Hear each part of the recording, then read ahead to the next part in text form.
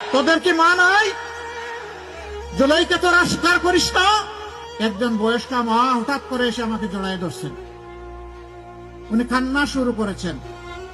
আমি তো তাকে ছুঁড়ে মারতে পারি না, তিনি তো জাতির মা, আমার মা, তাকে সম্মান করা আমার দায়িত্ব। সেটা নিয়ে এক শ্রেণীর ইতর দেখলাম বুলিং শুরু করেছে। তোদের কি মা নাই? জুলাইকে তোরা স্বীকার করিস না? যদি জুলাইকে ধারণ করিস, তাহলে এমন একজন মাকে কেন তোমরা অপমান করছিস? উচিত কথা বিচিত লাগে, তাই এখন উচিত কথা বলতেও চাই না। এই ভিডিওর আমি তেমন কোনো ব্যাখ্যা করতে চাই না।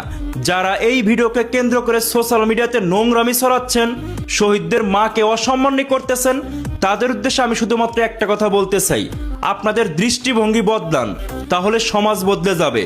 তাছাড়া সমাজের মানুষ কিন্তু আপনাদেরকে মানুষের জায়গায় অন্য কিছু বলে ডাকবে, বুঝতে পারছেন?